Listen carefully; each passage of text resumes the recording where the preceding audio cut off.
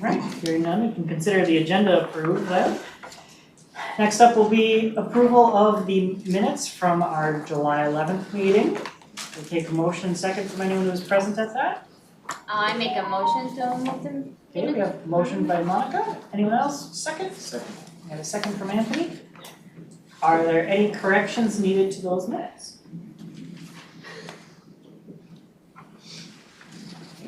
Hearing none, all in favor of approving the minutes as presented, say aye. Aye. Aye.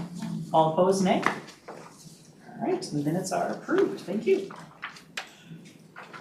That brings us to the public invitation portion of our meeting for the day for interested persons to address the commission on things not on our agenda. Do we have anyone registered this month? We do not. All right. We have a simple list beyond that. We have one big business item, which is the public comment draft of our 2050 Regional Parks and Trails Policy Plan. We have various staff presenting pieces of that. You can get started. Excellent. Maybe I'll just sit here if that's okay with you, Chair. I think so, yeah. There's a reason for camera or something that doesn't work. Great. Let me get organized here. Can I have the clicker, please? Somebody out there to give you a parking pass.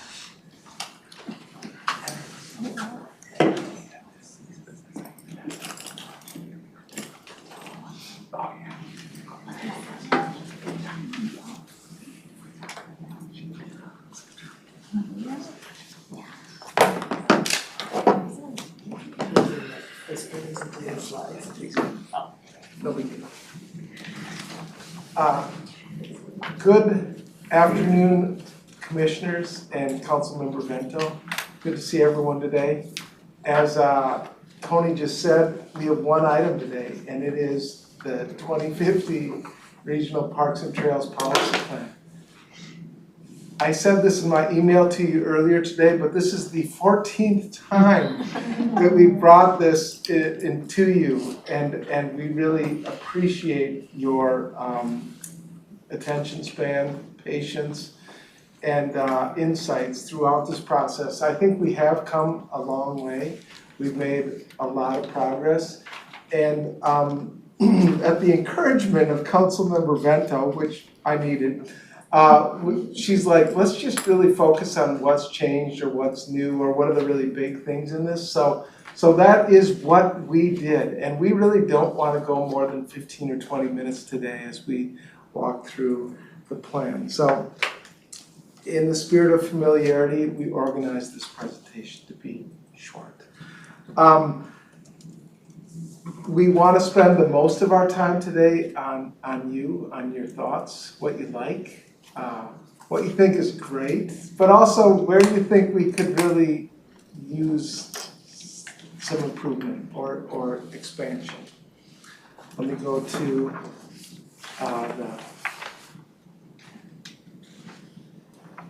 there we go. So this is the one slide that you have seen before. Granted, there is a new green box around our first step, but this is the pathway to finalizing the draft plan. August 14th is when the Metropolitan Council will authorize the release of the public comment draft. It seems so darn formal. And then the 15th, it will be posted on our website and available for public comment. September 25th, we'll have kind of the old school public hearing. You guys have been to those before. The main vehicle for or tool for public comment is called Social Pinpoint, and that'll be this kind of, it's a new tool for the council. I don't think it's a brand new tool, but to collect feedback. I'm sure we'll get old-fashioned letters from the agencies in terms of what they think, and people will find different ways to participate. But the public comment period will close on October 7th.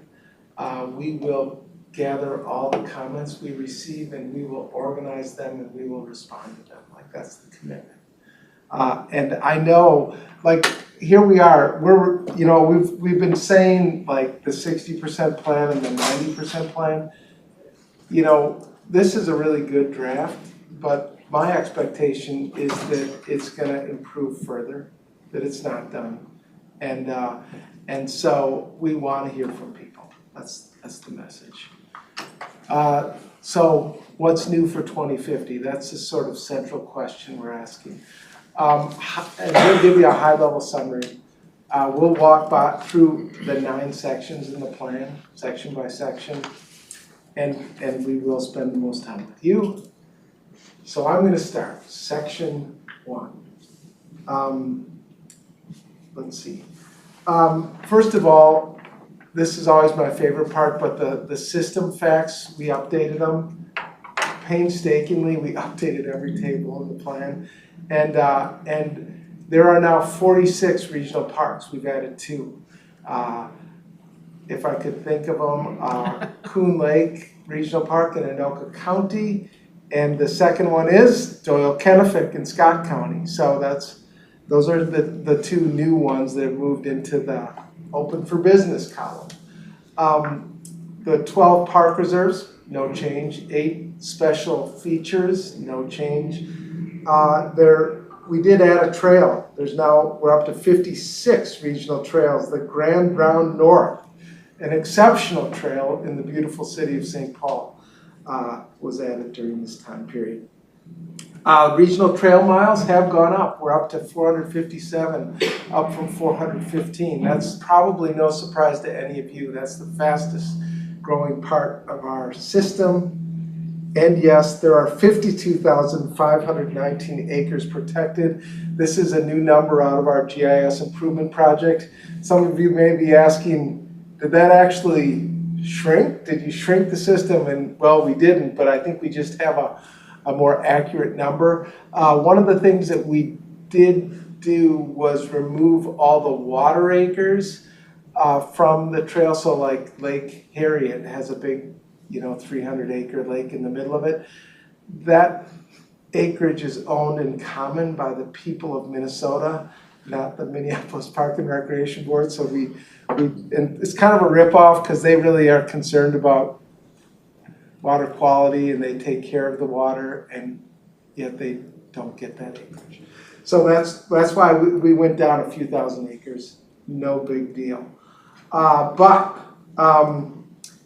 One of the things that we updated to was table 1.1, and what is that? I just want to take a minute here. The state and regional funding investments, 1974 to 2024, $1.25 billion. So that has been the state and regional investment over that 50-year period. I just want to say that's a lot of money. That's a good, probably the best estimate we've ever had. And it's still one that I'm not like overly confident in, because the early financial information that we have is the record keeping was not as good as I would have wanted it to be. But it's certainly, the system is in place now and it's way better from 2000 forward. Another thing in the overview section is that we added a complementary system vision, so a regional parks and trails system, vision, mission, and values, and 5 objectives. That's the sort of strategic framing for the plan that is new. And then we added what we're calling the state of the system. We used to call it existing conditions. We changed it because, frankly, Lisa changed it. Good add, but that's, and we did bring in some new facts and figures, which I think are an improvement. Anything else there? No. What's new? The system plan. Okay, so once again, we added a strategic framing for this. This is the section that has all the detailed tables about what is in the system, and like, yeah, it's kind of long, it might seem boring, but this was a huge lift. Both the agencies went through all of it, and we made sure everything was in the right implementation phase, that what's open, what's planned, what's in a search category, And so that was really good. The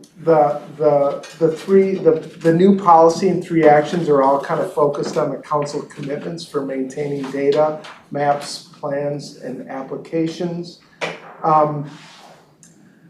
One thing that you have heard a bit about is that we modified that special recreation features category. So like we have regional parks, park reserves, regional trails, and special recreation features. We shortened it and are just calling it special features now. And we created a new sub-classification called a cultural landscape sub-classification, which I have full expectations that the city of St. Paul is going to move Indian Mounds into that regional park where, you know, it's a cemetery. So it's a place of observation, recreation, or not recreation, but reflection, a place where people go to honor their relatives and a place where they go to reflect. So I'm excited about that. That's a big one. Other news, big news for the system plan is that we did update the estimated cost to complete the system. So what it will take to finish off the system. And it's $3 billion. It was really like 2.98 billion, but let's just call it 3. And this was up from 2.1 billion 4 years ago. What was the big driver for the change? It was, we factored in inflation for the first time. Now it's been sort of a simple improvement, but we really have financial people making this calculation now, so that's been a really good improvement.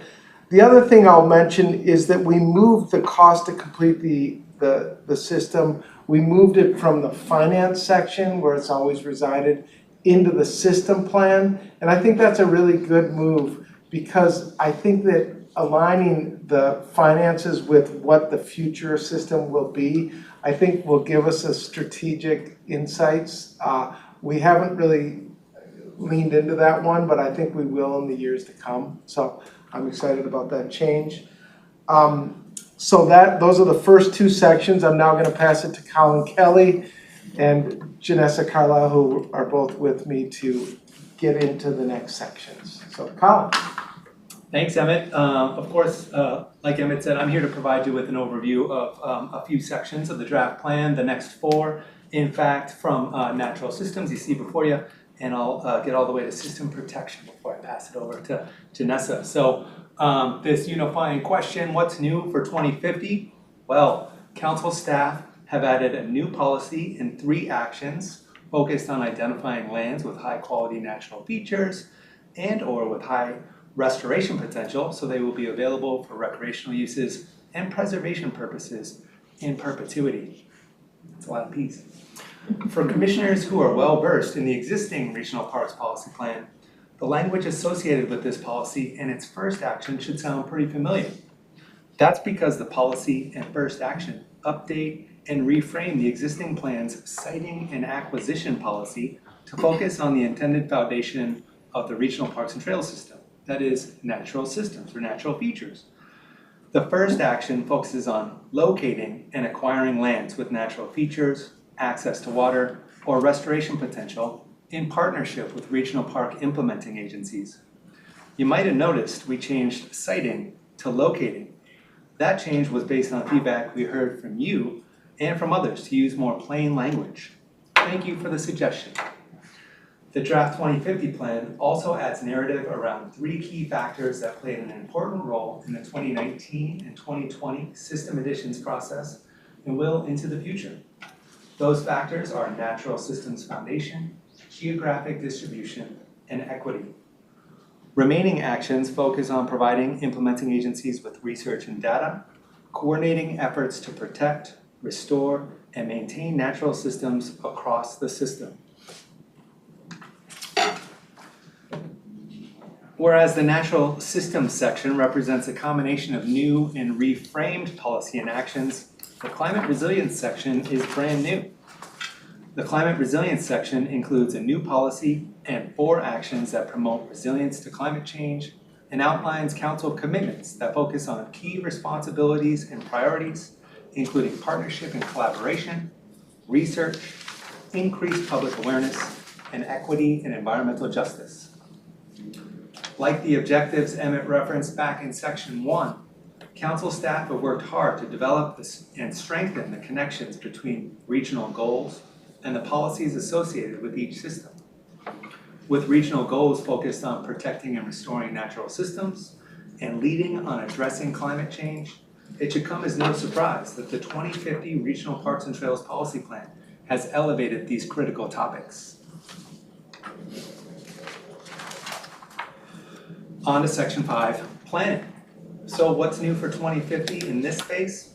Well, not a whole lot. But council staff have proposed moving some content, restructuring some content, and clarifying different types of long-range plan amendments. So a few things. As part of the integration of the policy plan into Imagine 2050, that's the Regional Development Guide, council staff reviewed existing and draft content to ensure it's fundamentally oriented to objectives, policies, and actions. So content that was deemed contextual, procedural, or includes a lot of detail, we propose to move it into the Regional Parks and Trails Planning Handbook, which we've talked to you a little bit about in previous gatherings. 3 sets of planning-related content are now proposed to reside in that planning handbook, including the details of long-range plan requirements and plan amendments, as well as the Joint Powers Agreement strategy. The narrative within the draft policy plan provides the foundation for this more detailed content. For example, the restructured groupings of plan requirements and the 3 types of plan amendments you see before you. And the policy plan cross-references the planning handbook where appropriate. I mentioned those 3 types of plan amendments. Policy plan and the planning handbook now both reference quote-unquote full amendments, focused amendments, and the recently council-approved administrative process for minor amendments. Moving right along. On to section 6, system protection. Like the planning section before it, there aren't a whole lot of new big things happening in the system protection section, but it's worth mentioning a few of the somewhat smaller changes proposed. First, the narrative related to Action 2, conversions, has been streamlined and clarified. Next, a couple of strategies that used to live in this chapter of the existing Regional Parks Policy Plan are proposed to move to the Grant Administration Guide, which already overlaps this content and seems to be a better fit for it. Those strategies are reimbursement for contamination and environmental site assessments. And finally, the language on regional wastewater infrastructure, which sits under Action 4, placement of utilities, has been updated to be more consistent with council policies and practice. And with that, I'm going to pass it over to Janessa for section 7. All right. Good afternoon, everyone. My name is Janessa Carlisle, and I'm one of the Parks Ambassadors alongside my colleagues in similar attire. And I'm going to be updating all of you on what's new in Section 7 for 2050. So we've added... Can I just interrupt for 1 second? Yeah, absolutely. I thought you were all dental hygienists. Oh, that's good. Sorry. All right. Yeah. If it doesn't work out in the ambassador world, that could be a good Really? fallback. That's our plan B, actually. Yeah. Oh, that's so funny. We have quite a bit of new updates for this section that we're really excited to talk about today. The first one, we have a new action to increase equity in programming activities and spaces and places. We've heard from a lot of folks, especially outreach folks across the region, that there needs to be a little bit more support in the programming realm and for the folks that work in programming. So this could look like engaging across all communities of color and other historically excluded groups to support culturally relevant activities and facilities, and in the meantime amplifying BIPOC voices. This also looks like supporting the removal and addressing some programmatic and structural inequities across the region, and looking at removing barriers for American Indian cultural activities within our parks and trails system.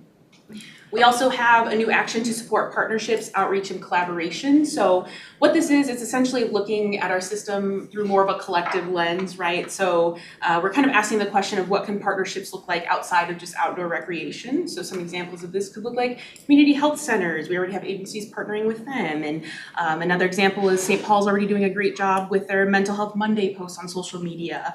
And perhaps this could look like increasing our transit partnership opportunities. We've heard from commissioners, a special shout out to Bob Mueller. We hear you on requesting more prioritization for awareness. So we really were intentional with this section on talking a bunch more about awareness and what that can look like. So some of this emphasizes supporting affinity groups to grow connections with our implementing agencies and developing more culturally competent marketing materials that center racial justice. This also looks like bringing BIPOC artists into the conversation to center art amplified awareness. We've also created new, more flexible criteria for recreation activities and facilities eligibility. And this is something that we've heard a lot from our agencies to remove. They've requested for us to remove static traditional activities list and replace it with a list that's a little bit more open to meeting community needs. And then lastly, we've strengthened commitment to better coordinate our regional trail system and the regional bicycle transportation network, which Emmett will talk a little bit more about in a couple slides. Cool. And I'm gonna pass back to Emmett. Back to me. So Vanessa and Colin, thank you. We can get back to the trail system coordination. Anthony, I don't know if you want to talk about that at all in due time. But that is really important work. We know that we need to do better there. We don't have the money to support two separate distinct systems. There's a lot of opportunity and overlap there to do better. So I just have two more slides and then we are done. The finance section. So we reorganized this section to really start with the statutory requirements. Not interesting, but we wanted to be clear that this was an area that just is a given. This is not a discretionary area, so we thought that was good to put first. We formalized the equity grant program commitment by the council that this is a priority. This is something we want to see going forward. We proposed a park and trail acquisition opportunity fund cap increase. So it's currently at 1.7 million for both funds. We're proposing to sort of increase it for the Parks and Trails legacy funds because it's a higher demand, easier to use fund. We are recommending $2 million. The Environment and Natural Resources Trust Fund, it's more focused on protecting and restoring land, so we were recommending an increase to $3 million cap for that area. And then finally, there's a new action for the council to actively analyze regional funding with a desire to pursue increased funding for the system, that this is a real one. That was another work group that really had a lot of good energy and excitement and interest in continuing that strategic funding conversation into implementation. So that's the finance section. The final section that we're going to talk about is the one page at the end, which is our work plan, and that's our work plan for the next 4 years. And the idea is that there's a lot of work to do throughout the plan, but this is the real commitments that we wanted to just say will continue. There are 12 items identified in that plan. I just wanted to highlight a couple. One is we'll continue dialogue around the special feature subclassifications. There was a lot of interest and support for historical landscapes, so another subclassification. That's one that we just didn't have enough time to fully vet. There was another one around open space natural system subclassifications. Both of these ideas need more time to develop.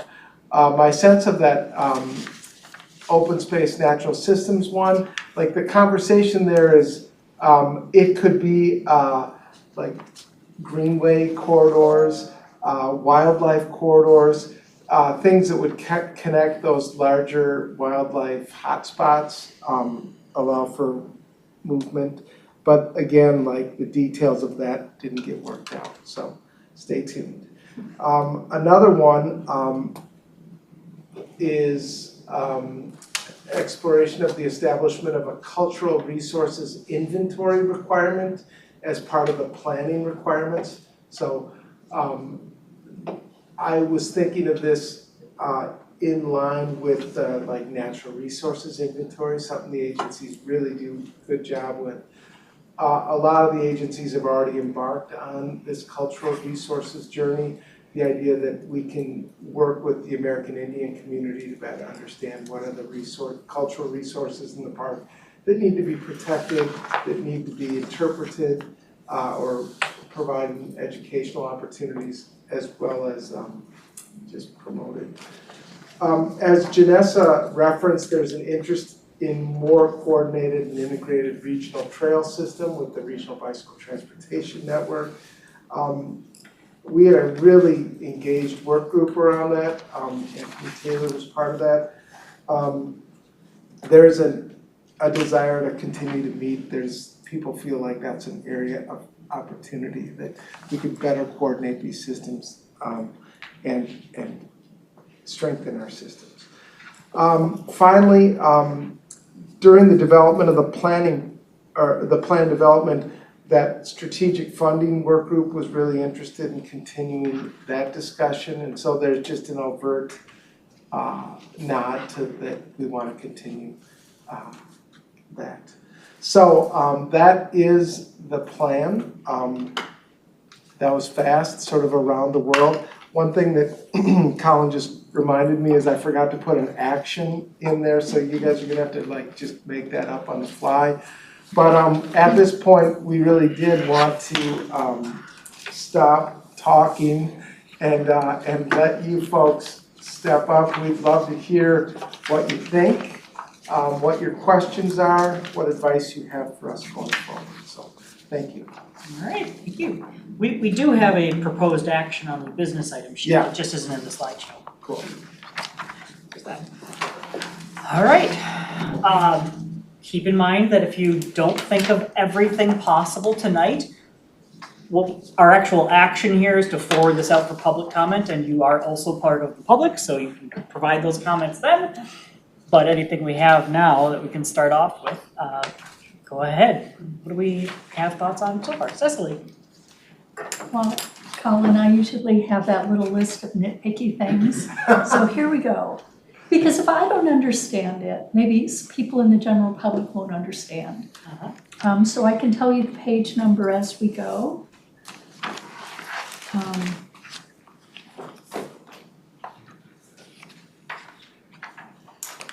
Okay, page 19, line item 28.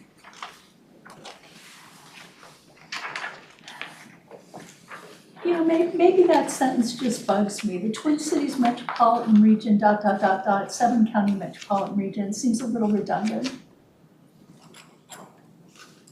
Got it. Then on page 21, this is something I'm really excited about. Lines 12 and 13.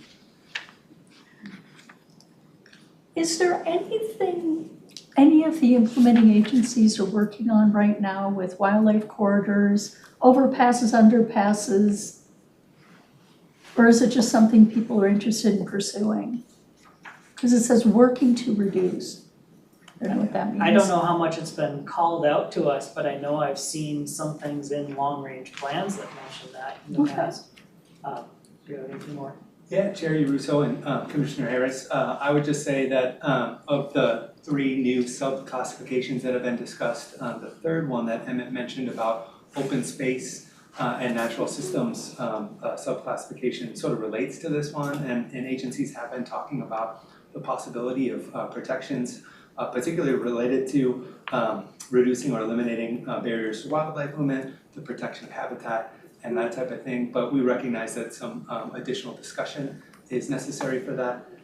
And it would sort of represent a change in some of the ways that we protect land currently, with a primary focus on the provision of public access and recreation opportunities. So, Well, and then I don't know if there's super, anything you want to because- add.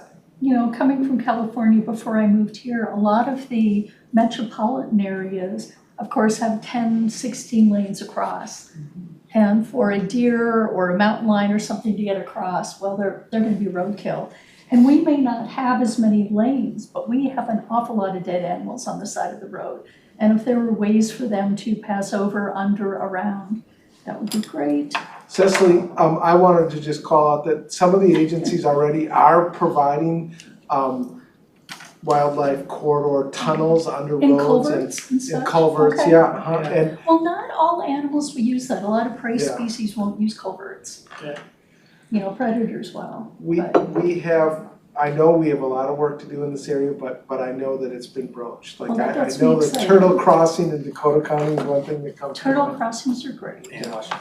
Washington County. Yep. Thank you. And I Rivers is know, doing so. Ramsey County has a section of land where the reason it's included in the regional trail in that case is actually for wildlife too. It's sort of this weird spur. Wonderful. Yeah, in Dakota County at Lebanon Hills, along Cliff Road had a big project when they were redoing, Cliff Road, like Nice. Public Works and, Parks Department. Nice. Well, I learn something new every day. Great. Page 25, line item 6. I don't know what ornamental quality is supposed to mean. Natural or ornamental quality? Is that horticultural species rather than natural species? Anyhow, that's just, What line are you on? I'm sorry, line 6. Okay. Oh, I see. Again, you don't need to respond, it's just something that jumped out at me. Describe it. Page 68.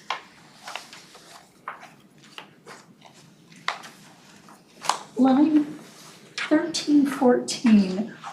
I'm not quite sure what green gentrification means. I think I could probably infer it from reading the sentence, but I'll just say, Chair, Commissioners, that's a topic that I think we need to talk about as a group. And we wanted to just introduce the concept Okay. with this plan, but the idea that there's work to be done and Okay. so.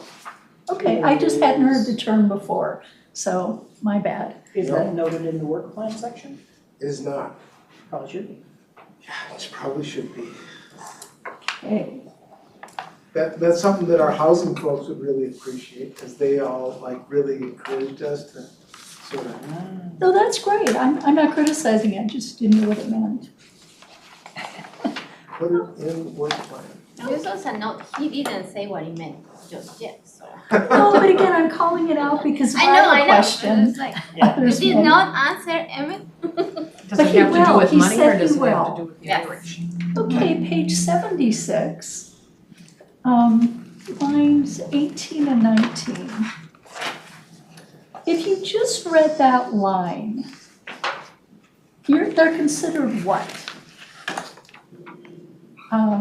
They're being asked for input, I guess that, I had trouble reading that.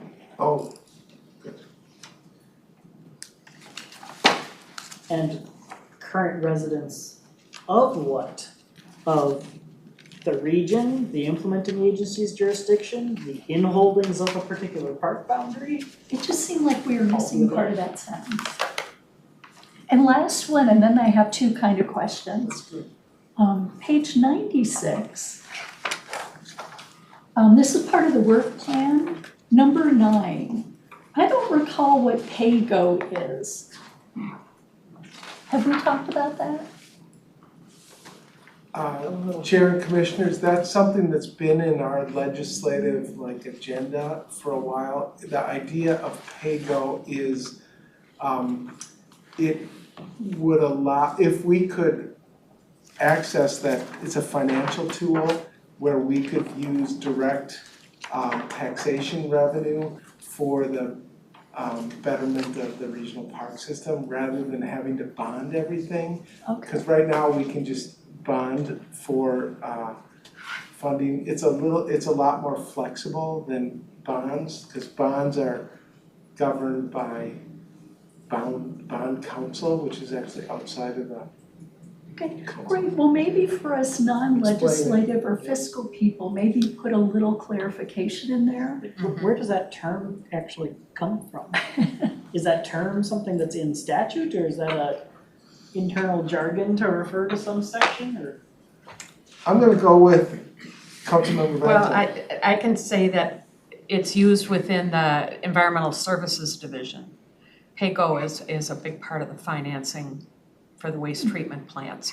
I don't know if it's statutory or not, but I do know it's used here at the council, and I would guess other agencies probably use it as well, but I don't. I mean, like, that's what it's called in the council, is that what it's called Yeah, I out of don't- the council? yeah. I think it's jargon and I think we should describe it, so. Okay. good point. Thank you.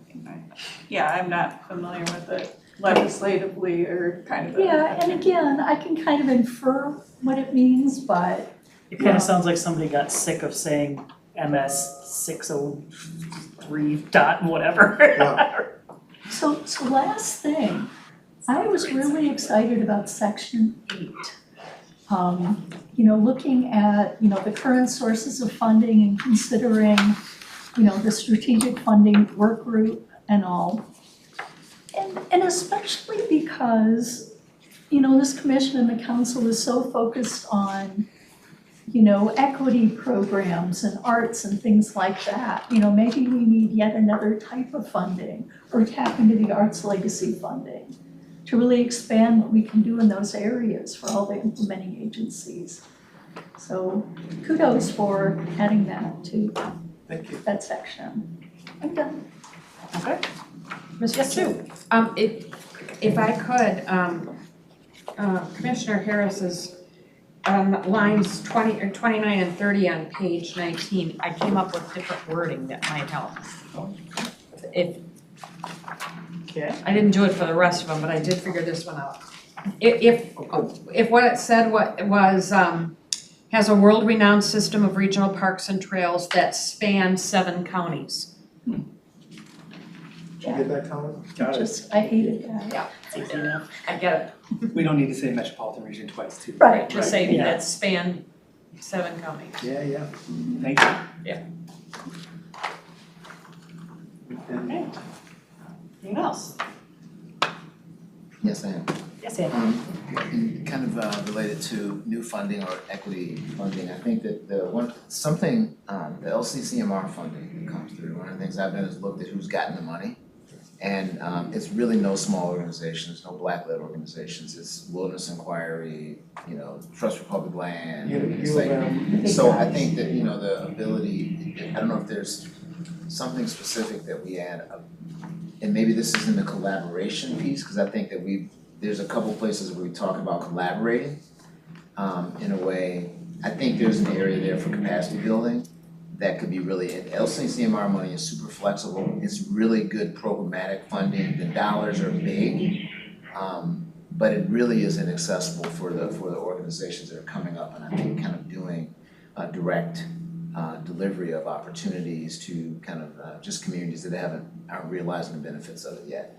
And so it's just, I just noticed that the way we're talking about collaboration in a lot of areas, and I don't know if there's a way to start to think about that as an area. And it actually does become old funding that could actually have new impact. So it's not necessarily like a specific policy, but calling out an opportunity to communicate, basically.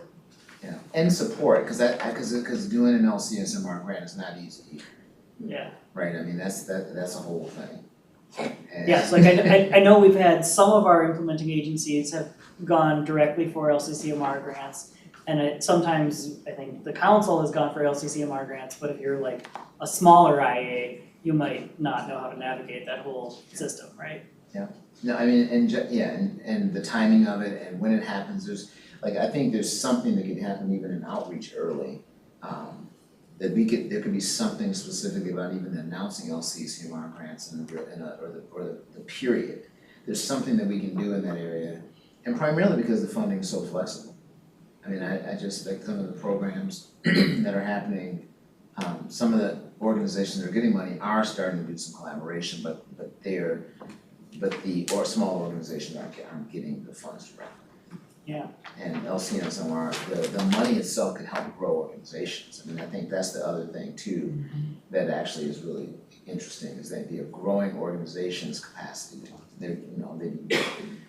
So they can sustain themselves and do, seasonal, regional programming, and be more directly connected to us. And so I don't know if there's additional language there, but I see it in other areas, but in the finance section, maybe that's what it is. We don't really have something specific in there. I might suggest a little conference call between Anthony, Jessica, and Jeremy Michael to see what might be useful to put in here. Chair, Anthony, that's a really interesting suggestion. The Environment and Natural Resources Trust Fund will be on the ballot this fall for reauthorization. And the next iteration of the Legislative Citizen Commission on Minnesota Resources will be different. And there is a really big emphasis being put on equity, inclusion. So your thoughts around collaboration are good. We have Jessica, who's really good at carrying the administrative burden that fund requires, but I wouldn't know, I couldn't carry it. It's a lot. And so I like your idea of how do we make this easier for other. Yeah, and she's super responsive. I mean, that's, just in terms of people who call back, do what they say they're gonna do, right. But I can see the disconnect, I can see the disconnect. And even in terms of the reauthorization, it's one of those opportunities for us to have organizations and people supporting the reauthorization that also aren't receiving benefit but don't know that it exists and so therefore can't support it. When you say the next iteration will be different, are you talking about just new appointments, or do they actually change the structure of it in the authorizing bill? I am outside of my area of knowledge and expertise, but I will just tell you that there is a real new emphasis on equity and helping smaller agencies and organizations. A continued focus on natural resources and education, and so it's really has a potential to align with our interests well. And I'm saying our interests, like I'm thinking broadly, our park agencies, the council, and the good work that's going on in the region in the natural resources and equity world. Okay. Well, one thing the state of California does, and it's called the Office of Grants and Local Services, their OGALS, which is California Department of Natural Resources, they basically give the assistance through the evaluation. They give an extra 20 points to the smaller organizations, the organizations with diverse leadership, and that really is boosted. It's really got money into LA County, it's got money into the Central Valley, which are very diverse communities. And I think it's kind of equalized because a lot of the bigger, wealthier cities have paid grant writers And the organizations. who can do beautiful That's applications. what I mean. I think the organization, and I love them and they're friends, but if you go down the list of the usual suspects. Yeah. In terms of the recipients, and it's not that they're not committed to doing good work, at all. But it still puts the organizations that are doing the actual connection at the community level in a relegated position, that we're still pulling off as much as 23% admin fee for, there's just all those things like that just are the nature of the way we do business. That 23% can go into capacity building in a real way for organizations whose budget is $250. Right. You know what I mean? And they're doing ground level work. And I think the work the implementing agencies have done in terms of their connections and the way that Met Council is working in terms of the connections that have happened there through community engagement and ambassadors, like the table set, because I think those organizations are now peaking up and going, oh, I could get Met Council money. I mean, it's kind of, you know, it's like, or even the people that go, you know, I can go to the legislature. I mean, that's just new territory, and I think, so we've opened that up in communities, and I think now, at Met Council level, and I think on implementing agency level, and looking at funding is always the thing, in the end. I think there's something we could do that could be pretty impactful, because I think we've done a good job over the last few years. I remember the very first meetings we had years ago, where people, you know, I don't even remember, the very first meeting we had about, it was this time of year, we were doing 2040. And we invited all those agencies in, and like Parks for the People from, not Pillsbury House, but Hope Communities.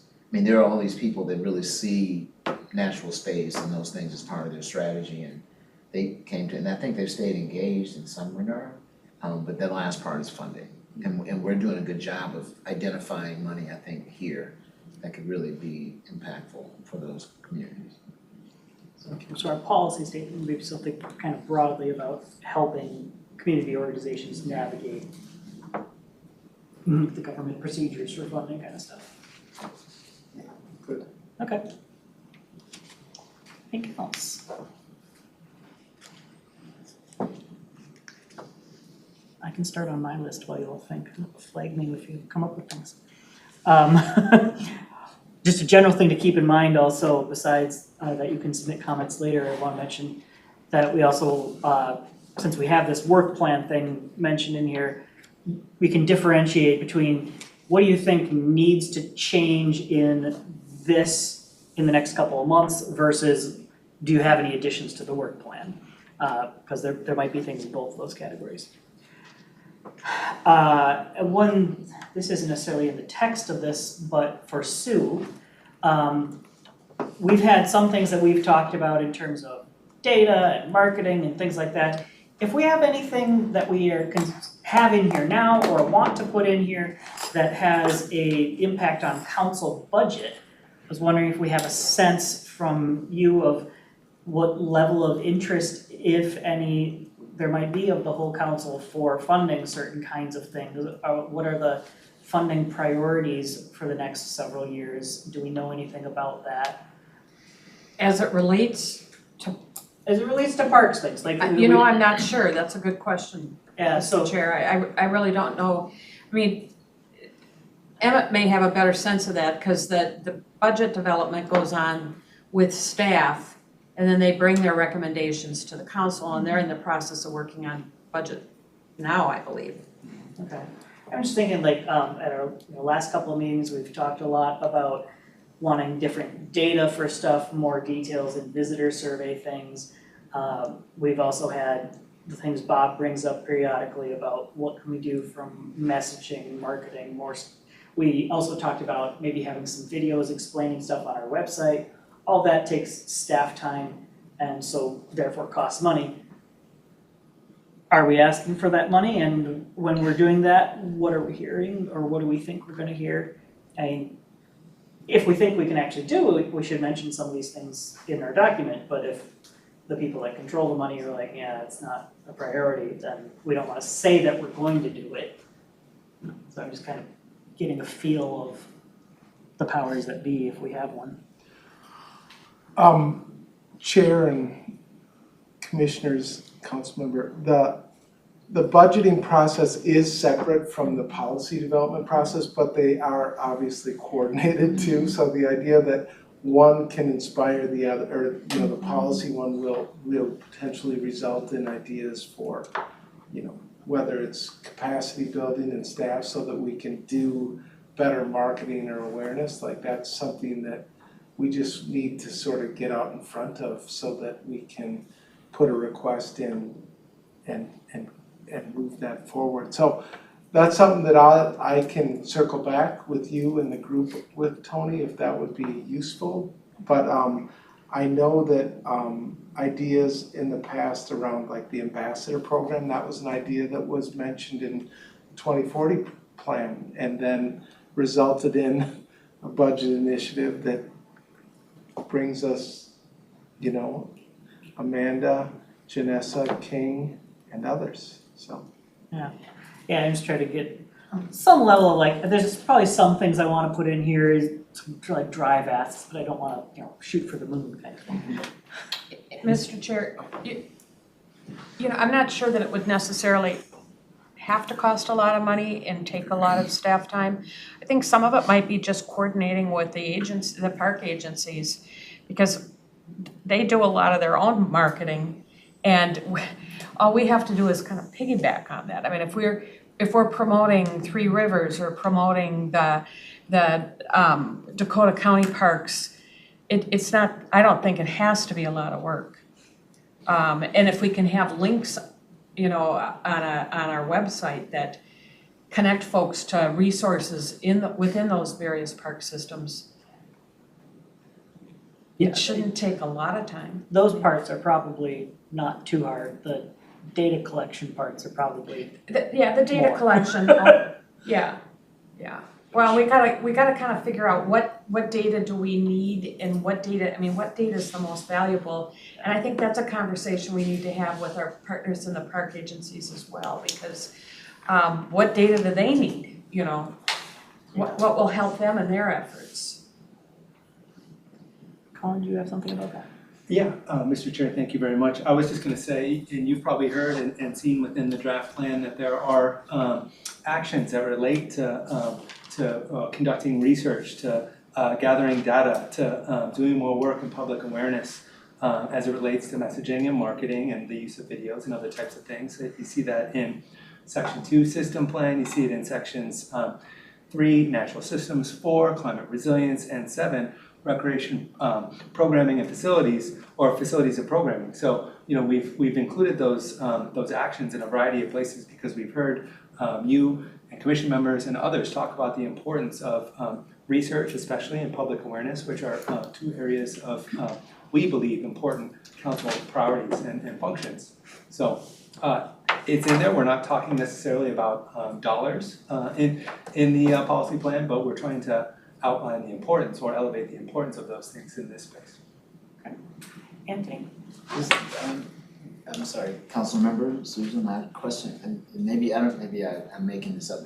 Just a question about this made me, in terms of how it made me think about, are there areas related to us in terms of things that are coming down, one around development itself?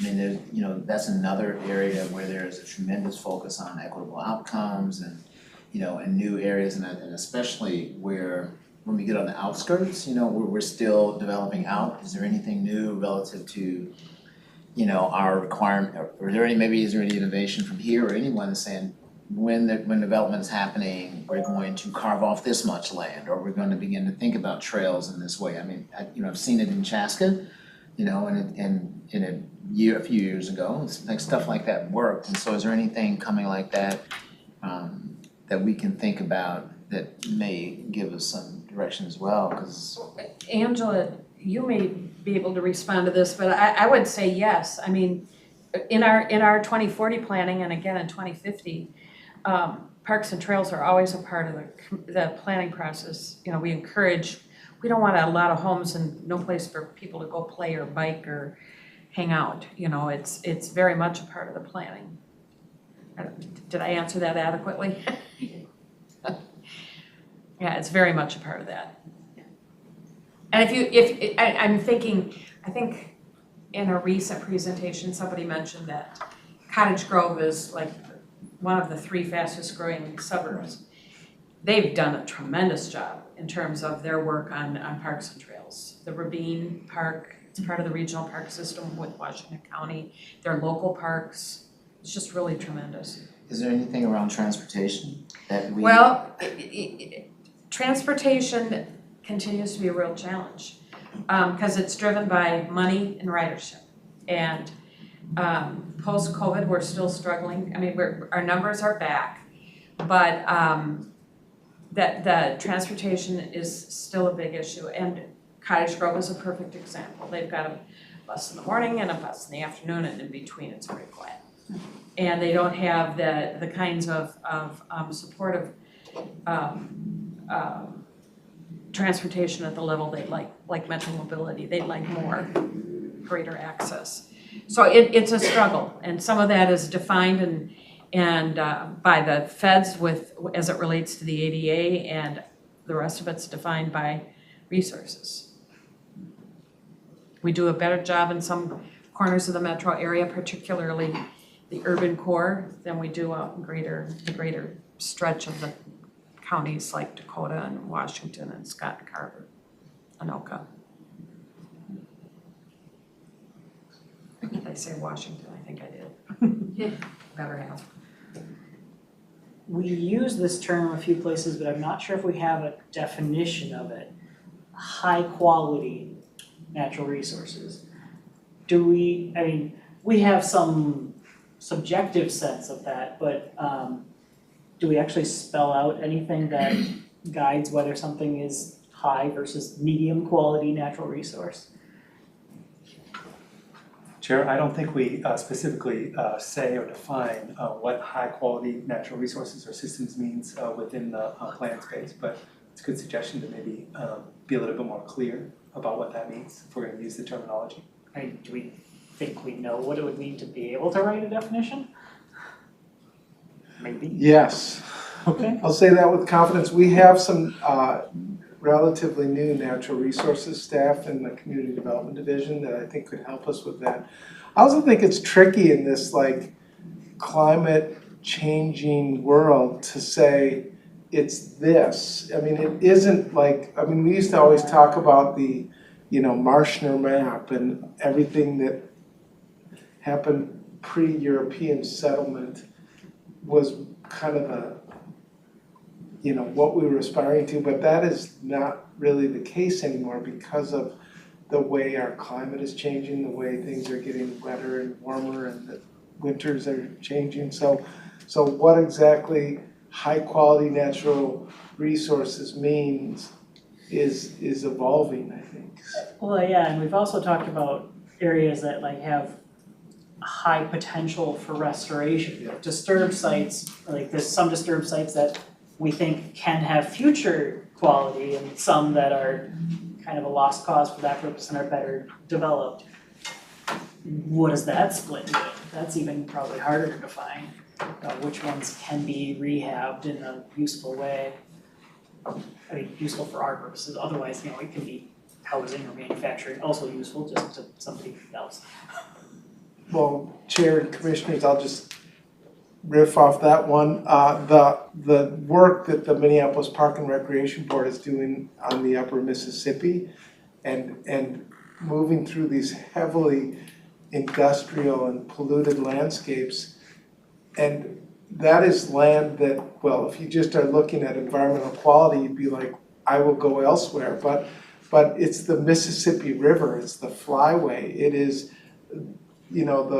there's just enormous potential for wildlife movement and improvement there. And I think that's like, so I just think when you get into zones like that, the responsibility to improve those areas is higher. Well, and it also depends a bit on your population base and existing other resources. So like if you have an area that's been heavily developed and therefore this spot is underserved in terms of parks, you might rehabilitate a parcel of land that if you were out in the boonies somewhere that has all kinds of other better options nearby, you wouldn't bother with.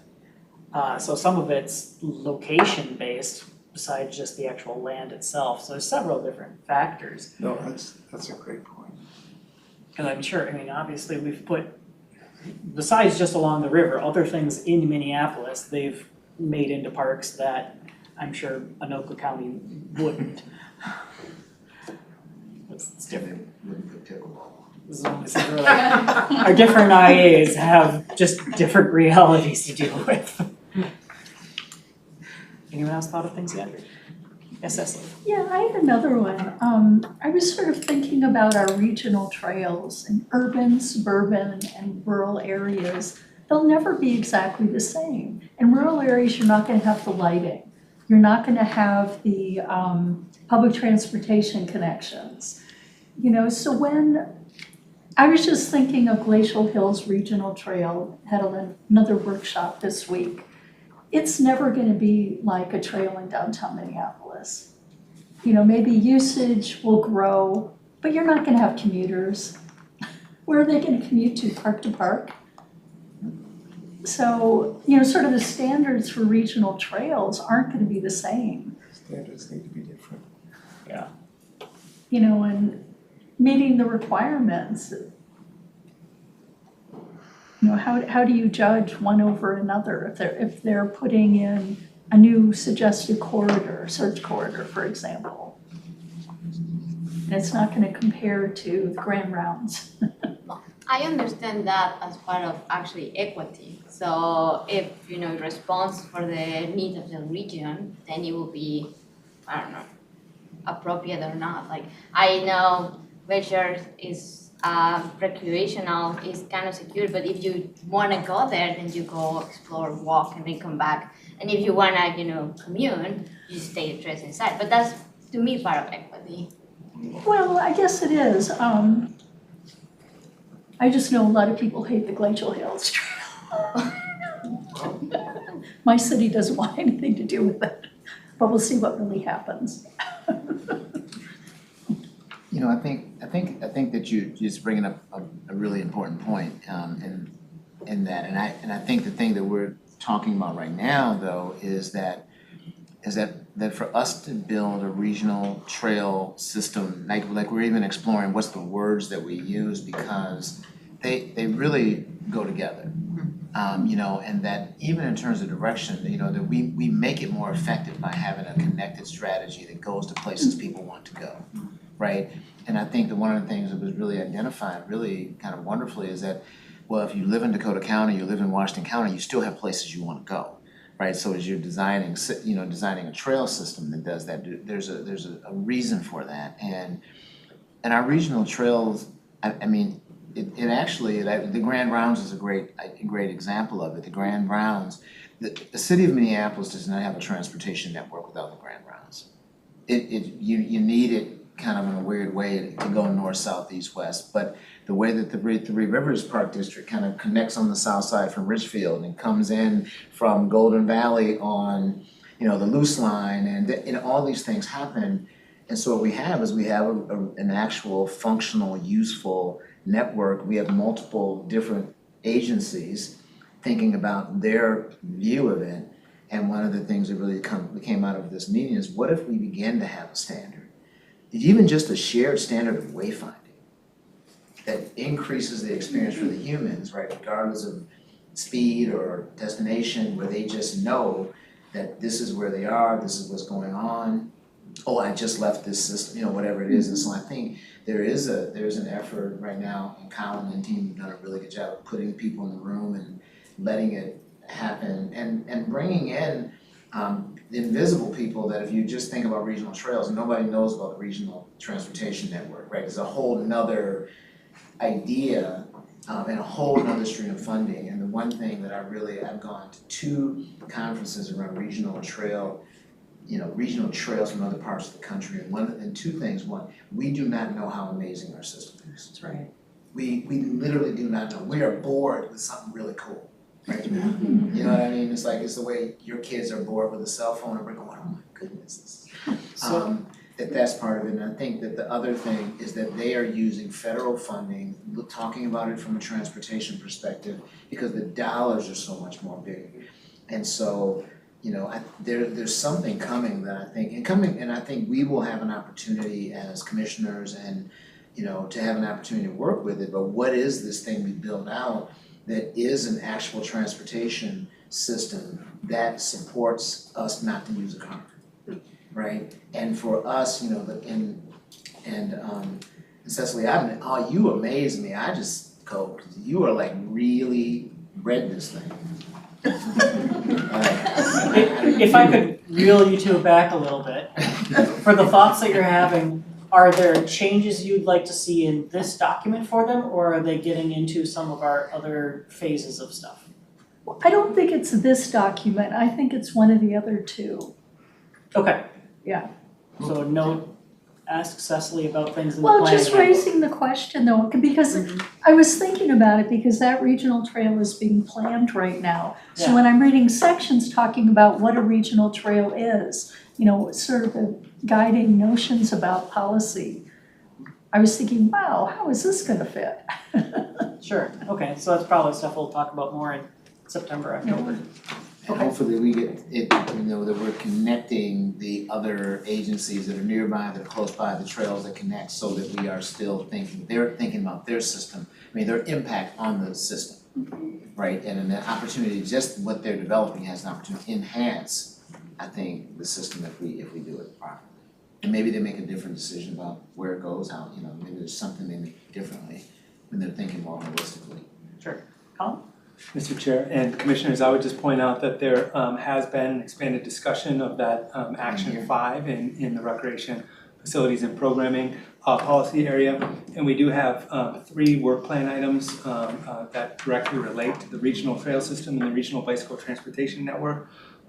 What's in the policy plan is meant to set up what's in that work plan and sort of capture and try to get our arms around this energy that we're seeing and hearing about you know, throughout the region and far beyond. So just want to point that out. Tony, Chair Uruso, it is in a few different places already, so.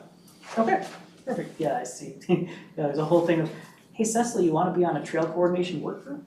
That's what I did for a living. We aren't gonna pay you. All right, anyone else? Yes, Well, Monica. I'm gonna use my daycare skills here. I'm gonna start with the positives. I really like it. I love having it. I went through it. I didn't read all of it one by one, but it's nice to have it here, and it's a perfect. I like I like it's a draft, so we know it's gonna evolve and change. So I like that. I'm a very big fan of the historical landscapes and the open space that are coming. I like to see, you know, finance on the subjects because nobody wants to talk about money, but it's very important.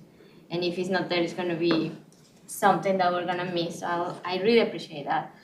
Climate resilience. I love that we use the word resilience because it's implied that you have to adapt to whatever it is that is going to happen to move on and, you know, do it right. So I really like that. And I like the topics on that one. I appreciate a lot that we took inflation into the budget. That's great because I always concerned about that. Coming from a country that falls down every 6 years because of inflation eaten alive, so it's great that we're thinking about that one. Now, I do have a question with a side comment on it. When we're gonna go to public comment, how are we gonna do it? And how it's gonna be the part where the public are actually gonna answer or give their comments? And the reason I ask is because DHS just released a new draft for, you know, new guideline regulations of family daycare. And I tried to go there and get the comments, and it's like, if you didn't read the 108 and you don't remember the 8 sentences here, you are not able to understand what I'm asking you. And it's horrible because it affects what you're doing. So Cody tried to answer, you know, a 3 hours questionnaire for 20 questions. That was ridiculous. I just want to know how are we gonna do it way better, please. Yes. Lisa, come on up. Right. I think it's a really big question, and Yes. I wanna just say the one way we're doing it is not starting it now. Like, I feel like we started it when we began the planning process. And I will just pass it to Lisa and then. Mr. Chair, committee members, I'm Lisa Barajas, Executive Director of the Community Development Division, and working across all of our planning areas and with our colleagues in transportation and environmental services on their plans too. So we have hundreds and hundreds of pages of regional plan that we're gonna be putting out for public comment. There are a lot of opportunities, a lot of different ways that people can share their comments with us. We do have an online platform that I think I heard Emmett talk about a little bit earlier, where we try to take basically the objectives, policies, and actions and simplify in a simplified single page format, so you can provide a comment on that for just the parks ones, just the transportation ones, just the land use ones, and try to keep that simple. You can also download the entire just the parks plan and read it if you'd like. You can send us comments through our email system directly to Emmett, don't do that, you might lose them. But also call, or we have a lot of different opportunities, like any avenue that people wanna provide comments to us, we will be sure that we get into the system. And we understand that while we might have some more directed, like, what do you think about this policy or this action or in a certain way, we also want to provide that more open-ended opportunity for people to share whatever thoughts they might have as well. Alright, I like that, I really like that, because it was a nightmare for me. And then another question on this, how do we reach to the people so they can know where to go, like, what is their work, how I will know about this if I'm just, my neighbor, for example. That is a Bring the green suits up. Yes, this is a great question. Tell my Janice. I have the not fun, not sexy ways of doing things. We all have our official postings and of course sharing back with folks that we've engaged with already and encouraging them to share with others, and of course you all sharing that as well. And then I think our policy team can talk more about some of the other opportunities that we're trying to advertise in your everyday moving around the region. But maybe I'll invite Amanda to talk. Thank you. It's not just jumpsuits. They look great. Thank you. Thank you, Monica. So the art and policy team has been working with 4 visual artists who designed buses and trains. So the first bus hit the road last week. So we designed a bus one for water, one for housing and land use, one for parks, and then one for transportation. And so worked with 4 different artists. And each one of those will be 3 buses. So there's a total of 12 buses that'll go around the region, and then 2 trains. So there'll be 1 train on the green line and 1 on the blue line, and on it has a QR code to share your dream for the future of our system. And then it goes to social pinpoint, but very simple, like, what is your dream for the future of our region? And so that's like the simplest way to comment. And then we hired 9 engagement artists that are doing pop-up events across the region, again, focused on those different system areas. So right now, I'm trying to think of a good example. So we have Thomasina Top Bear, who will be doing a mural along in the CIZ zone, based on indigenous futures, and the design is using like beadwork. It'll look like beadwork, but it's a mural, and community will help paint it. We have another James Everest who does sound gardens. He's a composer, and so in parks he's building these like interactive sound gardens that you can like walk through. But at each of those events, one of our team members in a beautiful jumpsuit will be there with a postcard asking you to share your comment for the future of the region, and kind of stopping people and talking to them about like what is the Met Council and what do we do, and how their ideas matter. And so we'll be sharing, hopefully in the next 2-ish weeks, a schedule of all of those events that'll be happening across the region, but also the buses. Hopefully that'll be getting lots of press and joy as they spread out. The first one that came out was by Kaoli Tao, and it's the water bus, and it's based on Hmong folklore around water and stories. And so again, it's not an infographic of the Met Council. It's very like, it looks like watercolor painting. I'm sure we should have house. It's gorgeous. Yeah, Like that. has a dragon. It occurs to me that our implementing agencies have websites and newsletters and social media accounts that get more views than ours do. So we should probably ask all of them to post stuff about this as well. I just want to say you guys are taking equity to a whole new level. Yeah. Yeah, I love it, it's great, yeah. David? I similar idea. I was just wondering, in getting some of those, you said nine sites that you're gonna be visiting in with the jumpsuits. you know, is there a way to maybe share some of the materials that these artists have created with, you know, the collection of agencies that we work with so that they could put it in select areas and have that be, I guess, a fuller representation? Because social is one aspect, and I'm thinking, you know, why not try to get people while they're in the park somewhere and. Is we're partnering with different, like one of the sound gardens happened at Silverwood already, so we worked with Three Rivers. We just met today with Dakota County. We're gonna be doing a policy pizza paddling, art and policy pizza and paddling event in September with Peter, who sews flags, and so you can come and pick icons that represent your hopes, and he'll sew these flags. So yeah, each of the different events we are partnering with different agencies, and we are using their social media to invite, like today Dakota County was like, well, you'll post about it. I was like, yes, people don't usually come to the Met Council website for joy and outdoor events. So the Dakota County is helping us advertise it. Three Rivers helped with the Silverwood event, so each of them we are partnering with, not just parks too, like other partners in the region, and really trying to get across the region, not just the metro area. Can we get a list of those? Just like if you're in Washington County, I'd be glad to tell people. Yeah, we are hoping in We'll the work on next that, 2 Jess. weeks-ish, have a list-ish. Good schedule, 2 commissioners. It's been a quick turnaround, but we would love to have you there too. We also will have not just jumpsuits, but very cute t-shirts for people who want to talk about policy with us.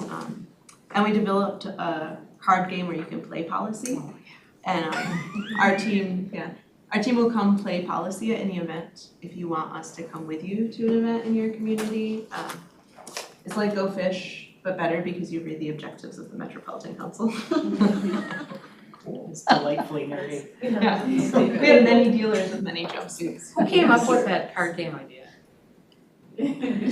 Brilliant, That's pretty cool. yeah. Could I add one Yeah. more thought on here, and I apologize for not knowing this, but is there a app that gets produced that just has the entire trail and park system on it? And if we do, I'm assuming there's some kind of messaging ability on that. I mean, so that, you know, while someone's like looking up, oh, I'm right here, oh, there's a little blurb there like, hey, we're taking comments on, you know, whatever. I mean, I'm just thinking that while people are using the app, like an in-app message opportunity. Somewhere Bob Mueller just set up. Yeah. As soon as we have our videos too, we can add it to the app. Really, the answer to that is no. We do have a social media. If you aren't following MN Regional Parks, you should right now take out your phone and follow us. And you'll see some great videos done by Vanessa and King. There's some mermaid ones. It's great. I love that idea of putting it out on the social and being able to post that. However, there's only, you know, in terms of the mass audience that we're trying to get it out to, the reality is not a lot of people maybe, you know, getting in tune with that. So if you use a vehicle that people are using, like if there's an app for, you know, where am I in the park system, which is really easy to get lost. There are several trail apps, All Trails and Avenza, but they aren't connected to social media of the agencies. And I think a lot of people will resent it if they're getting all these pop-ups. You know, if they just want to use the trail and know where they're going. I was gonna mention one thing that will help now that we're doing all this GIS work for other things, is we might be in a better position to do an Avenza map that crosses agency boundaries. And a trail map. Yeah. Like we've dreamt of that with trails, but a lot of people use Google Maps and hit the bike. And so then like, do we invest in an app that no one uses? Or do we invest in a website that no one goes to? But as Bob is sitting up right now, there's no one who, like each agency advertises themselves. I mean, like that's at least an easy thing, like we don't necessarily have to build the app for a map. If we just take our GIS stuff and spit out a geolocated PDF for Avenza, that's something. Yeah, it's just finding it when, again, like, Keep working. yeah, every website, every agency advertises their trails, Yeah. not the system, or their events, not like across the system, and so we really, but again, if we added videos to the Met Council's website, we don't really have a ton of followers who are like, oh, it's the weekend and I wanna go sailing. I should go to the Met Council's website. You know, like, people don't even really connect parks and Met Council. It's been a big, if any of you wake up and have a dream, tell our team, because we've struggled with that. Is there a way that we can, print, just prints and then just go and give them, I don't know, to the, what it would be, like the YMC, the Science Museum, the zoos, because right now they are all having summer camps.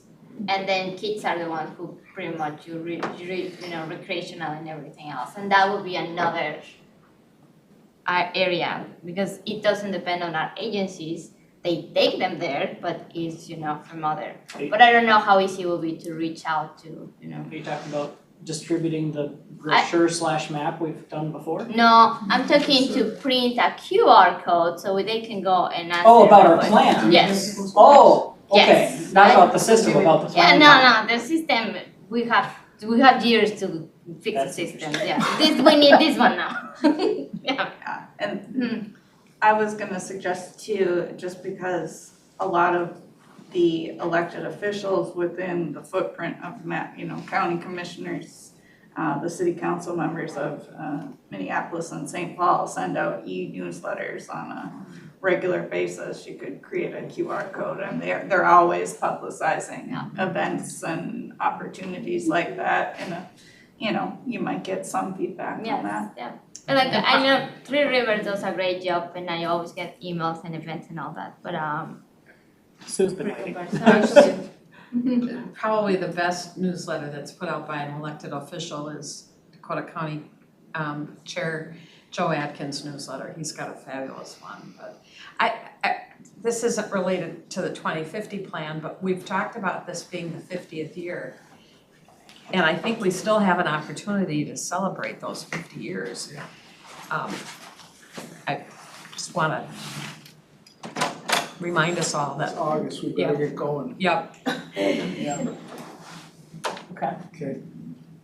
Noted. It's gonna 5 months to happen. go. thank you. Bring up something we've discussed a little bit before. We have a statement on page 64 about land acquisition that says, whenever possible, the regional park implementing agencies will pursue the acquisition of these inholdings on a willing seller basis. And as I recall from our past discussions about like willing seller things versus eminent domain, we essentially thought it probably wasn't our place to say stuff about that. And that should be in the realm of elected officials rather than appointed ones. Yeah. So we like the idea of getting things willing seller when possible, but I'm not sure whether it's appropriate for us to say they will do that. Okay, we encourage it maybe, but will sounded strong to me based on how we've talked about that before. Whenever possible is a little soft. Okay. Or Well, will pursue is It's the will pursue that got me. It's like, there's other bits about it that make it Too strong. flexible, but then I was like, Basically,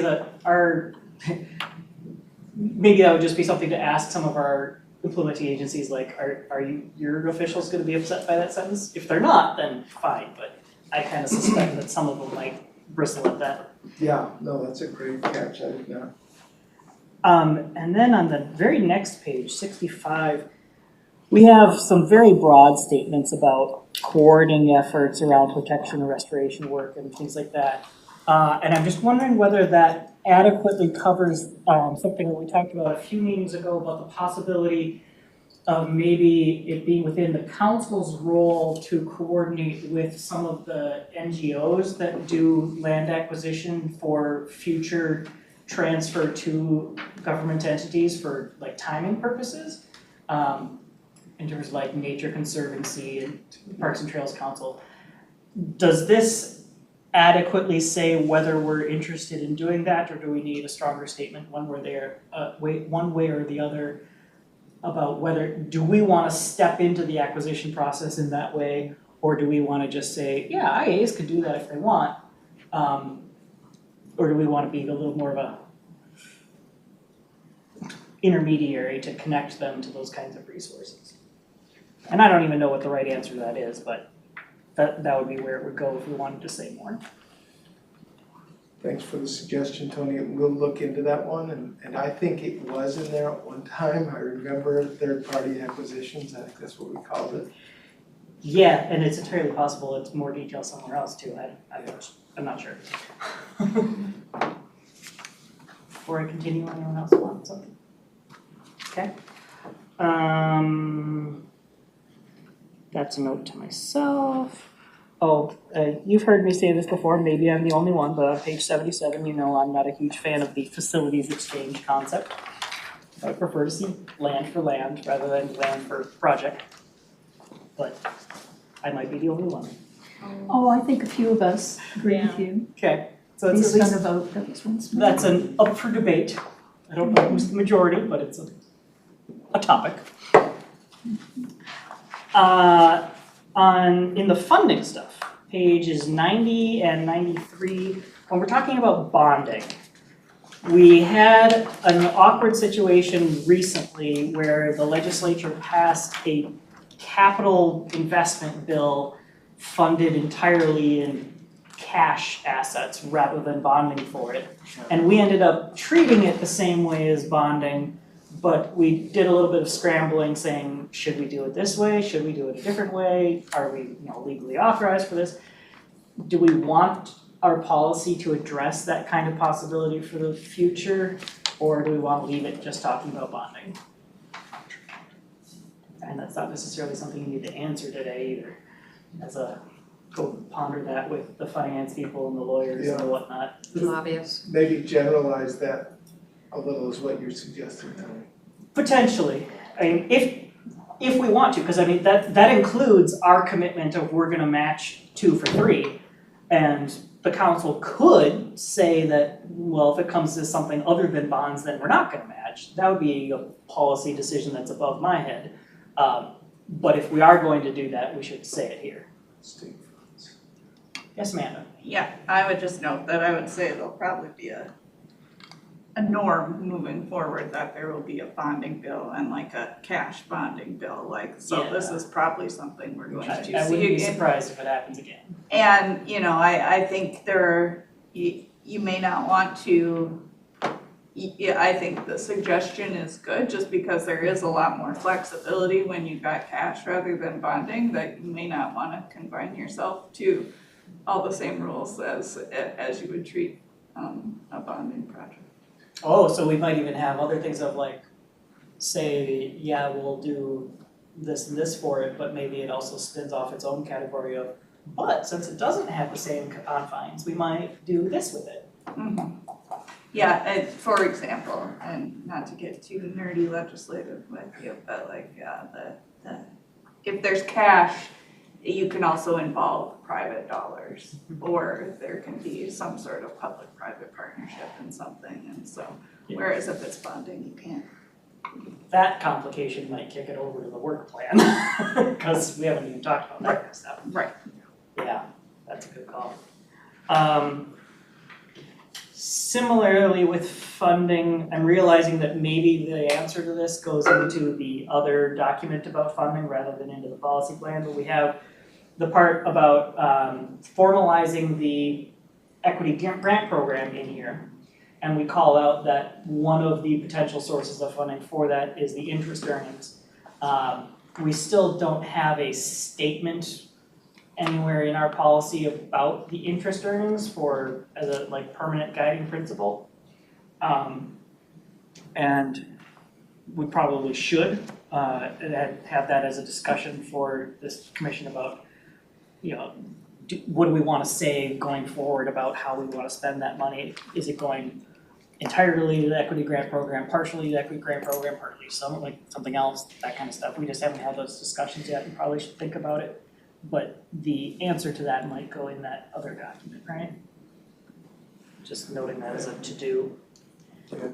Might note that in the work plan still, even if it's not gonna have a result that goes into this. Okay.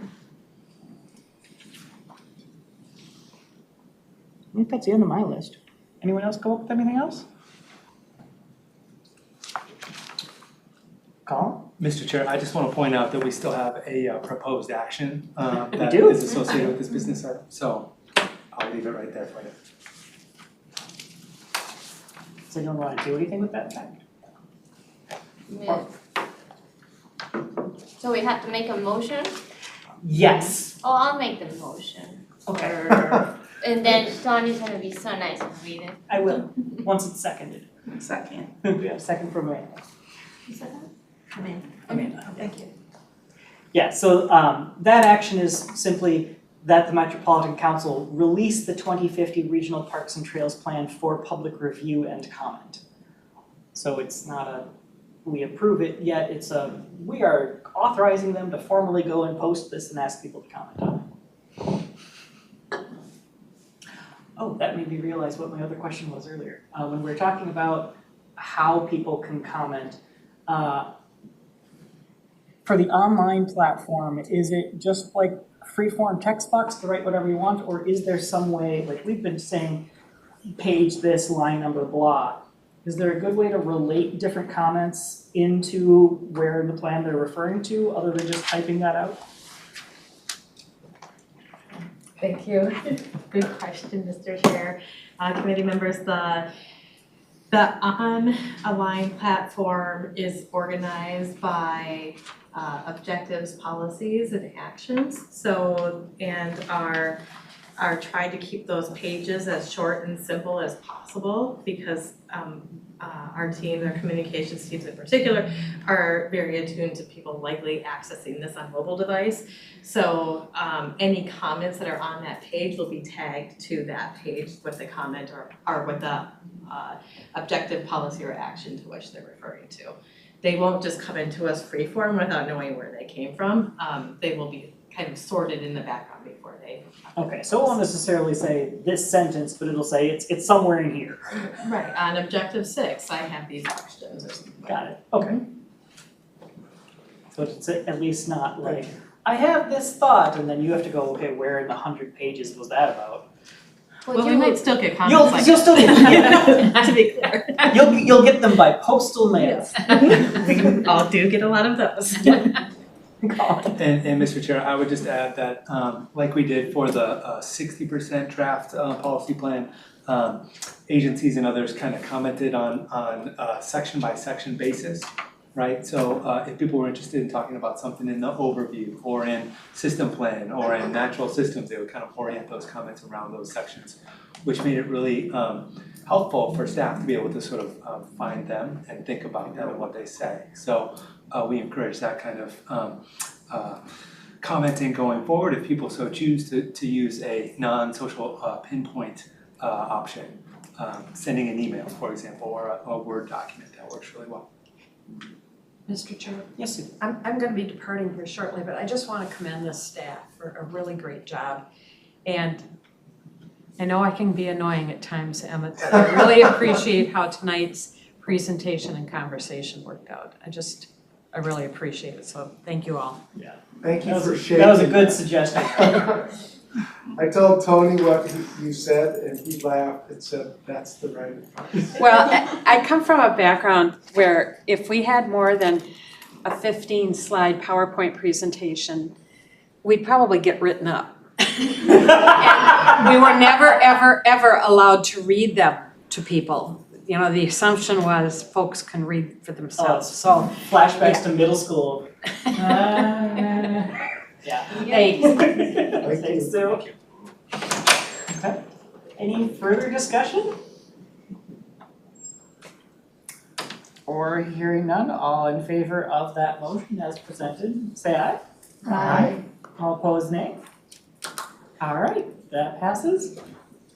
Good luck. The deluge of comments begins. Open the gate. No, it's gonna be great. Thank you for your attention. All right. We appreciate it. So that then will bring us into our reports for the day. Since we mentioned some of our funding sources, has anybody heard anything about a campaign regarding the renewal of the NRTF stuff? Is there something organized about that we should be looped into? I know it's on there, but I don't know what's happening with it. Yeah, did Trust for Public Land do the first one? I know they do county ones. Chair and Commissioners, I'll just say, it's my understanding that Conservation Minnesota is Conservation firing Minnesota. up Okay, their organization to continue helping with that great. renewal process. And so people should pay attention, and I would contact Conservation Minnesota, Cecily, if you have questions or suggestions. Oh, I have a contact there. Okay. Yeah, I was just kind of surprised I haven't heard anything yet. Yeah, that's me good. too. Okay. Any other commissioner reports? Staff? Mine was, I wanted to talk a little bit about art and policy, and the team is really firing it up. I want to just say we will share the schedule of events. The caliber of artists that the group has engaged is amazing, and what is rolling out literally on the buses, it's really exciting. So keep your eyes on the road and look for the art buses, because they're coming, and So train. if not, can you send the pictures in case? Yeah, you yeah, miss them? oh. That would be great. We'll bring them. Yeah. It's harder for some of us to look out for a bus. What's the saying. bus? Yes. We'll bring pictures and postcards, so thank you. In postcards. Okay.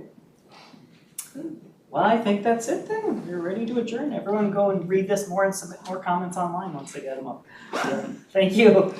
That was good. Or just email us. Covered a lot. Thanks. Thank you. Thank you. See you one. Okay, it's And yes, before 6 o'clock, so you guys can get into the Skyway by just going across the way. But if you need help, let me know. So I'll be here now. Totally good with that. You can just- I'll make sure it's open. Maybe call him. Thanks, Ian. Tess, thank you. Thank you so much. Nice to meet you. Yeah.